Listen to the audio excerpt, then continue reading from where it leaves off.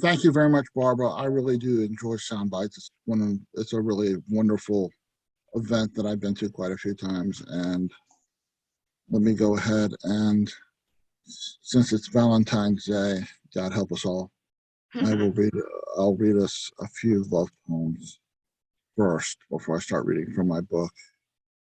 The first is going to be called Whirlwind. When a romance starts as a whirlwind, a kaleidoscope of autumn leaves can rise into firmament, forming airborne eddies, creating previously non-existent rainbows. All winds eventually die down. All hurricanes have eyes that exist in total calm while surrounded by unbridled chaos. Once they make landfall, they slow but will incite flooding till their demise. People in love will inevitably discover aftermath debris from lovers past storms. More than often, that debris shapes the quirks and idiosyncrasies they fall in love with. Such invisible scars that should be ugly instead shine like diamonds inside lumps of coal, waiting for the right person to understand that because we are willing to get a little coal dust under our fingernails when scratching our way out of the whirlwind, it is the previous storms we have weathered that have formed our ability to love more thoughtfully. So this next piece is called Kiss, and it was written, well, I found this book of love poems written in 1893 by a woman named Lurleen Radcliffe. And so this is my love poem to Lurleen Radcliffe. Kiss. I can tell by your poetry that you are a good kisser. I can tell by the way you blink during pauses, the way you close your eyes after certain lines, the way you sigh every time you sigh. You are not a fan of sloppy kisses. No, you are a purveyor of sweet, soft, gentle kisses. Even your hard kisses are soft and gentle. When you bite my lower lip, it tickles. When we kiss, the goddess of silence screams so passionately, Aurora Borealis covers her ears. And though I shall never know your kiss, when I read your poetry, I hear your voice, how your every breath respects your thoughts and provokes words to come alive on page and give a sweet, soft, gentle kiss. And here we go, unrequited. I am a deer in the headlights in your presence, just the sight of you. When you gently graze my elbow unintentionally, oops. When you lightly tap me on the shoulder, when you say hello to me, God help my heart if you wave or smile at me from across a crowded room, if you dare to look me in the eyes. For me to tell you how I feel would make my heart beat so fast it would have to jump out of my chest to survive. I will write my feelings in a poem, in a squiggly black and white cardboard covered comp book, tear the page from the notebook, fold it in thirds, shove it in an unmarked envelope under a pile of paid bills in my desk drawer so I shall never risk reading it to you or anyone else. If I did so, I might learn why the word crush exists. You could hold my mushy heart in your hands and twist it and wring out my ability to smile, leaving only residual heartbreak tears that would never dare exit my eyes. I will take a deep breath. I shall never exhale. I shall accept our existences as separate. I shall accept being afraid of my own shadow is the same as being afraid of being in love. I will hope one day you will reciprocate my feelings without my expressing them to you, so I can finally be able to read you this poem. How to Heal a Broken Heart. I thought the rapture had happened and we were the last two people on. A hazy yellow streetlight lit your face. Tear after tear fell down your left cheek from the same spot. What I did next was both inappropriate and appropriate at the same time. I touched your face and traced the track of your tear. At that moment, you stopped crying. At that moment, I noticed my calloused fingertip had marred the visage of a polished limestone Bernini goddess. No one was there to witness my sinful act. At home, I kicked off my shoes. An oblong maroon something was stuck to my right shoe. I peeled it from the shoe. It expanded and contracted, expanded, contracted, expanded, contracted, contracted. I realized it was half of your broken heart. 19 years later, I am 80 pounds heavier and almost bald. Your Julie Christie, Dr. Zhivago, long blonde hair is now silver and Mia Farrow short. Where Liz Taylor, violet eyes have feet of crows. Your crimson lips have faded to a muted coral. You touched my shoulder from behind and said, thank you. I said, do I know you? 19 years ago in this exact spot, you wiped a tear from my eye, and I realized caring can transpire from happenstance. To me, the touch of your finger felt smooth as the finest silk.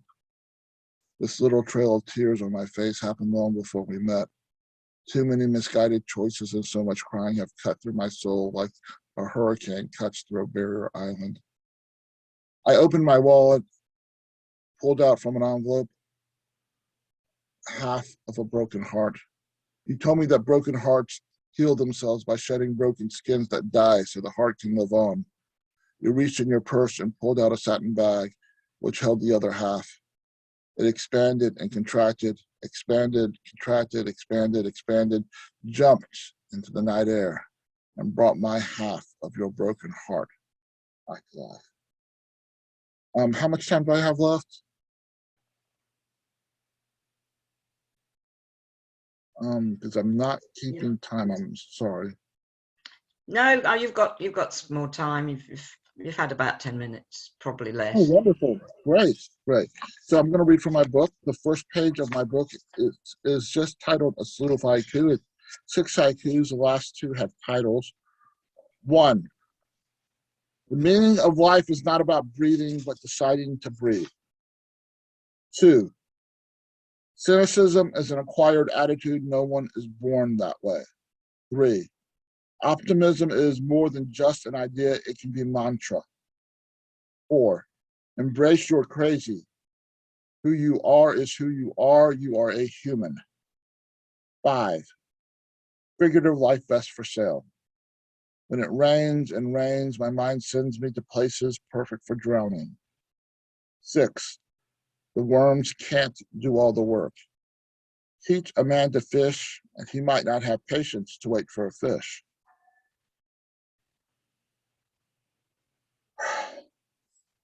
The cover man cometh. I am a champion cyclist. Not bicycles, emotions. I do it all. Ups, downs, inside outs, round and rounds, hills, valleys, twists, turns, loop-de-loops, and half pipes. I actually bore a hole through a solid granite mountain to create a shortcut I used only once. Yes, I am a champion cyclist. My face has been on the cover of Psychology Today thrice for the 3 times I have won the Tour de France by simply riding out anxieties.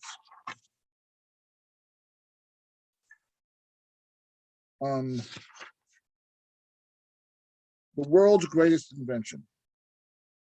My attention span is somewhat defective. My shrink says I don't look people in the eyes when I talk. Also, I purposely pretend to not listen when I listen, so when I say something, others won't be listening to what I say. It is as if that overly cushy pleather couch is a human-sized external disk drive wirelessly wired to his note-taking laptop so he can run a mental virus scan on me. The patent for that invention must be worth millions of dollars, maybe even billions. This is why I drive an hour and a half each way for a 50-minute appointment every other week. And we will do, I'm just going to do some shorter poems this time around. So let's find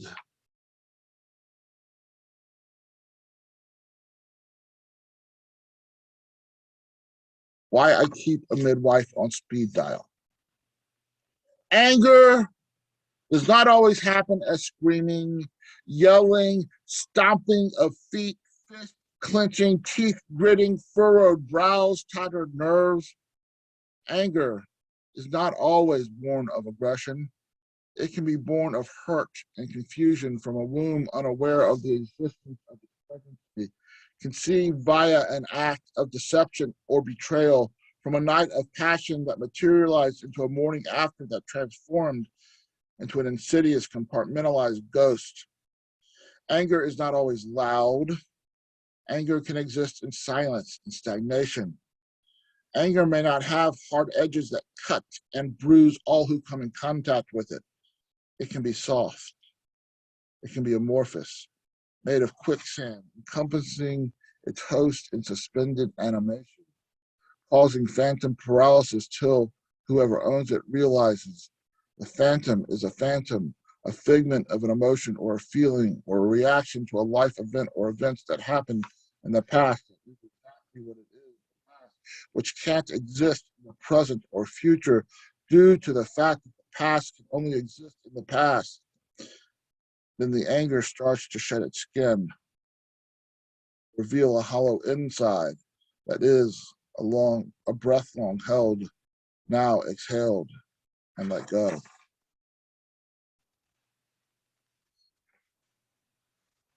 Your smile never ceases to exist as part of who you are. Remember way back when your smile was your calling card? When you smiled for more than happy? When you smiled when you were embarrassed? When you smiled through a lie? When you liked to smile? When you used your teeth for more than chewing? Remember when you were always on, then you wanted to dim the lights a little? Attention felt like unattainable high expectations. Then you reverted back to wallflower. You were on vacation when you were present and no one knew but you. Silence was a place of comfort. Then you crossed a threshold when people started ending sentences and conversations with you with question marks that would not have had question marks in writing. Then you stopped going barefoot around family due to the myriad broken eggshells they left on the ground because it became mandatory to walk on eggshells around you. You felt hobbled by the unwritten rule that everyone else was allowed to stand up for themselves, but you must sit in the corner like Dennis the Menace as punishment for breathing. But when you breathed, you existed. Sometimes the act of existence is a form of standing up for yourself, even if you are unaware. Unwritten rules are unwritten and thusly incapable of being set in stone. The only things that are truly set in stone is that every human being is composed of blood, skin, and bones, and every single person decides how to use their teeth.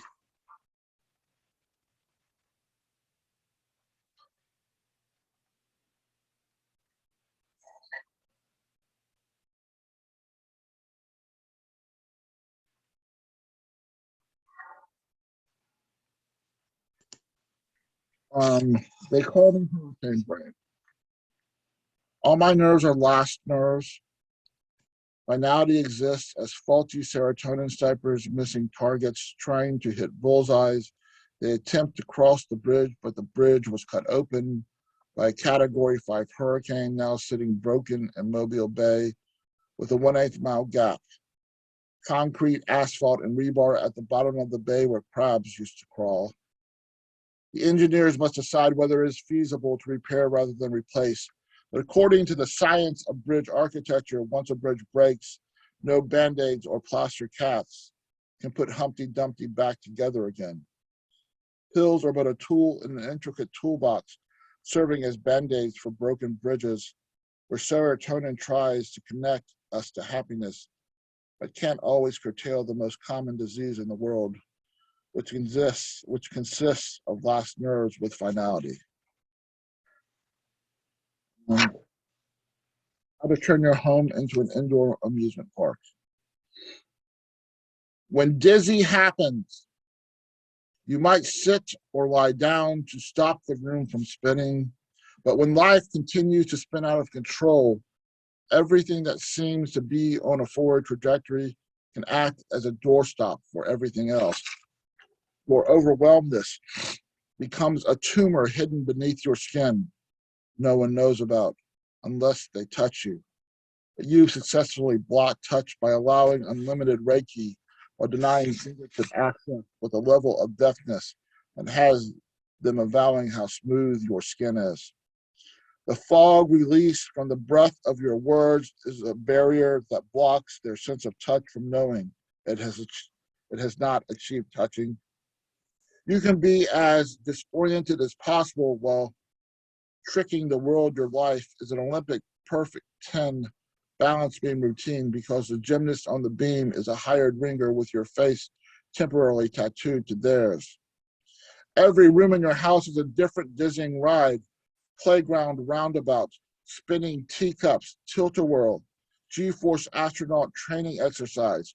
You think if you practice enough, you'll become dizzy tolerant. But when you're punch drunk dizzy more often than not, your tolerance will only be visible in the funhouse mirror used while shaving away yesterday's bad decisions every new today in which you find yourself existing. And I will do two more. The first is called We Are All Born Pugilists. We fight and we fight. We punch and we punch. Sometimes we think we have wrapped our hands and put on gloves to look down, to bear witness, to bare knuckles. Sometimes there is no punching bag in front of us. There is just air. There is nothing in front of us for our fists to connect with, yet the empty before us feels like punching a brick wall. We exit our mother's wombs kicking and screaming. We are born fighting to enter this world. Some of us continue to fight the rest of our lives. We don't understand why we must always fight. Sometimes we don't realize we are fighting when we think we are just breathing and surviving. We allow bullies, bosses, abusive lovers to narrate our truths with psychological and chemical warfare. They speak the language of mustard gas with words that burn through our self-esteem. For some of us, the act of waking up includes installing brass knuckles into our vocal cords, so our words become weapons of mass protection.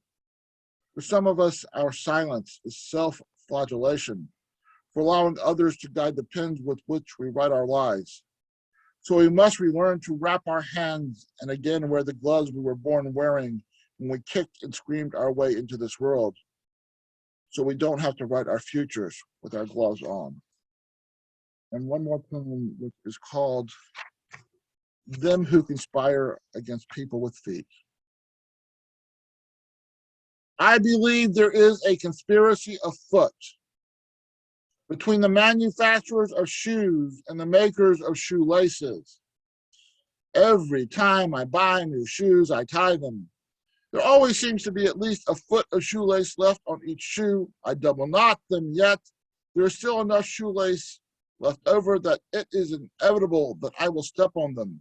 Anyone who has stepped on a double knotted shoelace knows that the bow gets pulled out, leaving an extremely tight knot that can only be unknotted by using a tiny screwdriver or the tine of a fork to unpretzel the impossible pretzel. New shoelaces can cost upwards of $3 or $4. What a profit margin! Enough, I believe, for certain unnamed shoe manufacturers to get their kickbacks. Gracias, everyone.